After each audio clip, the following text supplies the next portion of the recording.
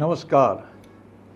कष्ट निवारण एवं सौभाग्य प्राप्ति का विशेष पर्व नवरात्रि पर्व, जगत जननी माँ भगवती की पूजा आराधना उपासना का विशेष पर्व हस्त नक्षत्र युक्त नंदातिथि प्रतिपदा को शुरू हो रहा ये व्रत अखंड दीप एवं घट स्थापन से उत्तम फल प्राप्त कराने वाला होता है। हमारे सुख समृद्धि बढ़ाता है। कष्ट दोष निवारण सभी के लिए माँ भगवती की उपासना विशेष फलदायक होती है। ये ऐसा पावन पर्व है जिसमें समग्र वर्ण के लोग, सभी लोग सम्मिलित होते हैं, उल्लास के साथ इसको मनाते हैं। ये व्रत किस तरह से किया जाता है, उसका क्या महात्म्य है, ये हम समझते हैं। नवरात्र में उपवास करते हैं, लेकिन 9 दिन का उपवास करते हैं। सिर्फ जलपान करके भी करते हैं, ऐसे भी भक्त है। लेकिन जिनका सामर्थ्य नहीं है उन्हें प्रतिपदा से सप्तमी तक सप्तरात्रि व्रत, पंचमी को एक भुक्त, छठ को नक्त व्रत, सप्तमी को अयाचित, अष्टमी को पूर्ण उपवास और नवमी को पारणा करके पंचरात्र, सप्तमी अष्टमी और नवमी को एक भुक्त मतलब एक समय भोजन करके त्रिरात्र व्रत, आरंभ और अंतिम दिन का उपवास करके युग्म रात्र और आरंभ या अंतिम दिन को व्रत उपवास रख के एक रात्र का व्रत भी किया जा सकता है। देवी के नवरात्र में महासरस्वती, महालक्ष्मी और महाकाली ये 3 रूपों का विशेष महात्म्य है एवं दुर्गा सप्तशती चंडी पाठ का पाठ मुख्य है, यानी सप्तशती का पाठ मुख्य है। यदि सप्तशती दुर्गा पाठ करना है तो उसके पुस्तक को देवी तुल्य, देवतुल्य मान के पहले उसका पूजन करना चाहिए और 1, 3, 5, 7 इस तरह विषम संख्या में पाठ करने चाहिए। जब एक साथ पाठ करने बैठे तो 1, 3, 5, 7 इस तरह से पाठ करने चाहिए। अगर ब्राह्मण पंडित जी को बिठाए तो वो भी 1, 3 या 5 इस तरह से पंडित जी विषम संख्या में बिठाने चाहिए पाठ करने के लिए। सप्तशती पाठ का विशेष फल प्राप्त हो उसके लिए कितनी संख्या में पाठ करना चाहिए फल विशेष के हिसाब से वो हम बताते हैं। उपद्रव शांति के लिए 3 पाठ करने चाहिए। सामान्यतः सब प्रकार की शांति के लिए 5 पाठ करने चाहिए। कोई भी प्रकार का भय हो तो उससे मुक्ति के लिए 7 पाठ करने चाहिए। कोई यज्ञ कराया है उसका फल प्राप्त हो उसके लिए 9 पाठ करने चाहिए। अपनी गई हुई या खोई हुई सत्ता प्राप्त करने के लिए, जैसे प्रमोशन अटक गया हो या डिमोशन हो गया हो या नौकरी से सस्पेंड किया गया हो, तो दुर्गा सप्तशती के 11 पाठ क्रमशः करने चाहिए। कार्य सिद्धि के लिए 12 पाठ करने हैं। 3, 3, 3 करके 4 दिन में कर सकते हैं। कोई अपने विपरीत व्यवहार कर रहा है जिससे हमें नुकसान हो रहा हो, उसको अनुकूल करने के लिए 14 पाठ करने चाहिए सप्तशती के। सुख संपत्ति के लिए 15 पाठ करने चाहिए। धन और पुत्र का अखंड सुख रहे उसके लिए 15 पाठ करने हैं। धन और पुत्र के सुख के लिए 16 पाठ करने हैं। शत्रु रोग और राज भय से छुटकारा पाने के लिए, जैसे रेड आनी हो या कोई अरेस्ट होने का डर हो या कोई भारी राजसत्ता से कोई भय हो, तो उससे छूटने के लिए 17 पाठ का संकल्प करना चाहिए। अपने मनपसंद व्यक्ति के साथ अनुकूलता होने के लिए 18 पाठ करने चाहिए। ये वशित्व की सिद्धि के लिए 18 पाठ किए जाते हैं। अशुभ ग्रहों का दुष्प्रभाव हम पे आता है जिससे हम बड़े तकलीफ में आ जाते हैं, उसकी शांति के लिए श्री दुर्गा सप्तशती के 20 पाठ का अनुष्ठान करना चाहिए। किसी भी प्रकार के बंधन में है तो बंधन से छुटकारा पाने के लिए 25 पाठ का अनुष्ठान करना चाहिए। वैसे सप्तचंडी सहस्त्र चंडी भी विशेष संकल्प की सिद्धि के लिए किए जाते हैं। अब ये जो शारदीय नवरात्र या चैत्र वासंती नवरात्र में माँ भगवती के कुमारी रूप के पूजन अर्चन का विशेष महात्म्य है। वैसे तो जो शक्तिपीठ होती है माँ भगवती की, वहाँ विशेष कुमारिका पूजन भोजन वगैरह किए जाते हैं। जैसे कामाख्या में है या काली में है या अंबाजी में है, ये सब जगह पे तीर्थ क्षेत्र जो माता के शक्तिपीठ है वैसे 51 माने गए हैं, लेकिन श्रीमद् देवी भागवत महापुराण में 108 विशेष शक्तिपीठ का उल्लेख है। और ऐसे भी बताया गया है कि ये अगर ये शक्तिपीठ के नामों का स्तोत्र है, उसका पठन करने से अपने सभी पितृदोष वगैरह शांत होते हैं, और श्रीमद् देवी भागवत में इसका विशेष उल्लेख किया गया है। अब ये कुमारी पूजन के बारे में देखते हैं कि 2 साल से लेके 10 साल तक की कुमारिकाओं को विशेष नाम, कुमारी कन्याओं को विशेष नाम दिए गए हैं, और उनके पूजन से विशेष फल की प्राप्त होता है, विशेष फल की प्राप्ति होती है। तो ये अपने सामर्थ्य के अनुसार नवरात्रि के 9 दिनों में कम से कम एक दिन 1 से लेकर 9 तक कुमारिका अपने घर आमंत्रित करके उनका गंध पुष्पादि से पूजन करके, उनको भोजन से तृप्त करके उनको दक्षिणा भेंट वगैरह देना चाहिए, जिससे अपने संकल्पित कार्य की सिद्धि होती है।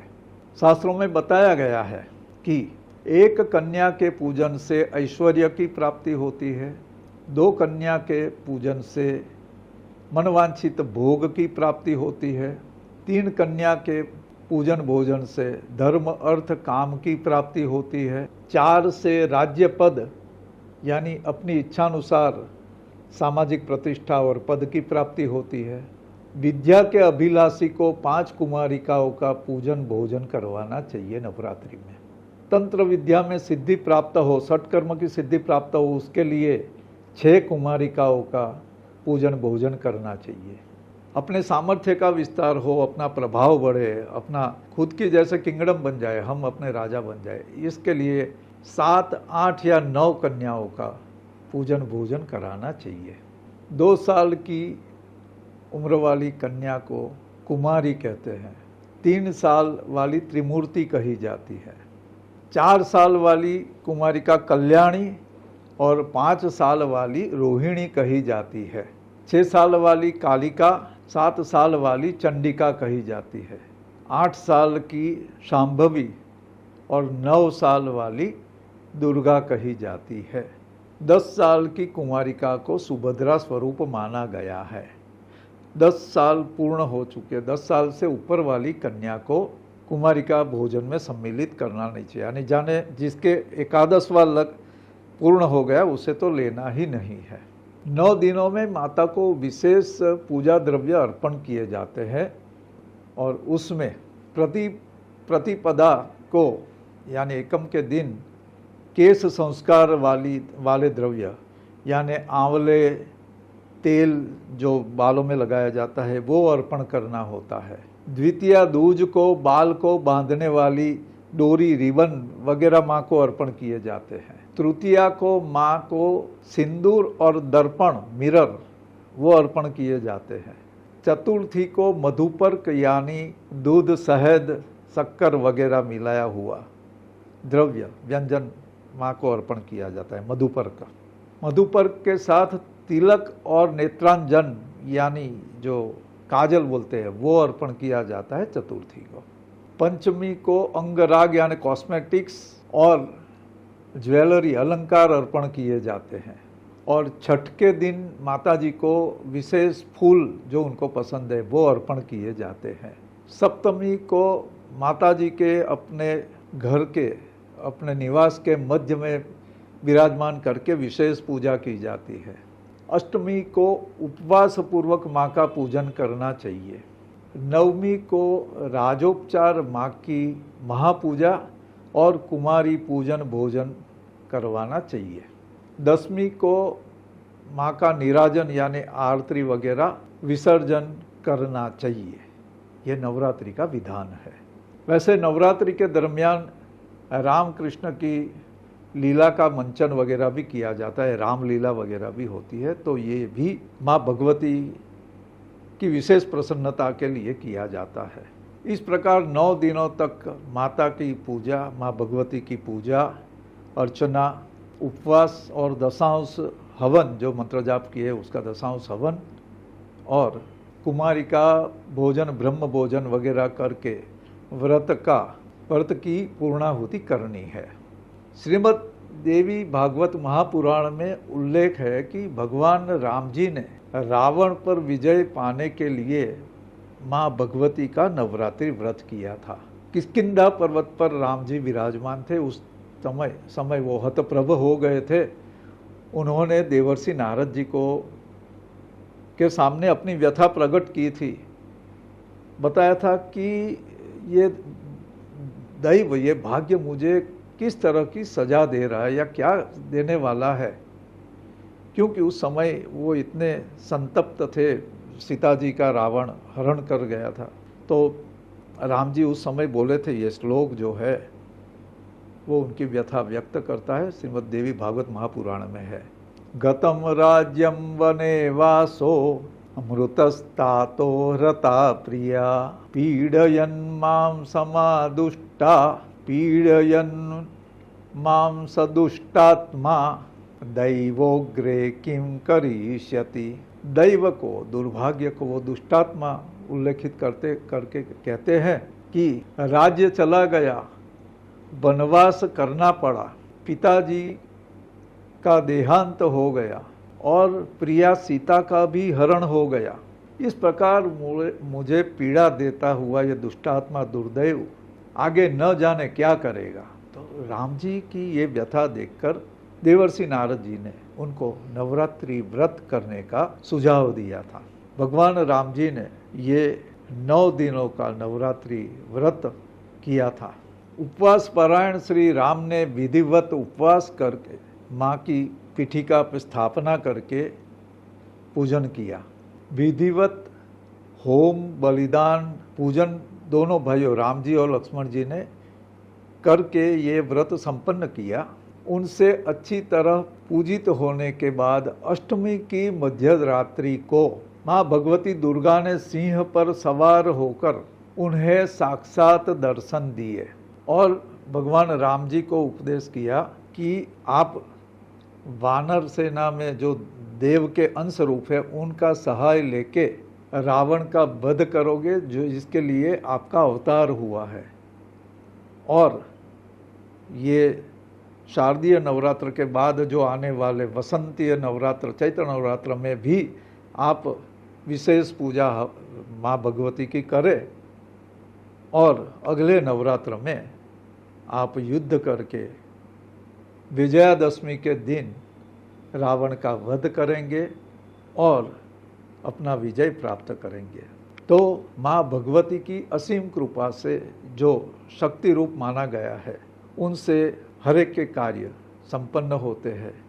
वैसे शास्त्रों में बताया गया है कि शक्ति के 3 रूप है, इच्छा शक्ति, ज्ञान शक्ति और क्रिया शक्ति। ये 3 जो शक्ति के रूप है, पहले इच्छा होती है, फिर इसको कैसे पूर्ण किया जाए उससे ज्ञान होता है, और जब ज्ञान होता है कि ऐसे करना चाहिए, रूम में अंधेरा है तो लाइट करनी है हमें, तो हम पहले इच्छा होती है कि अंधेरा दूर हो, तो उसके लिए हमें ज्ञान होता है कि अब क्या करें, तो बोले लाइट का स्विच ढूंढो, तो ये क्रिया होती है। तो 3 रूप है शक्ति के, इच्छा, ज्ञान, क्रिया।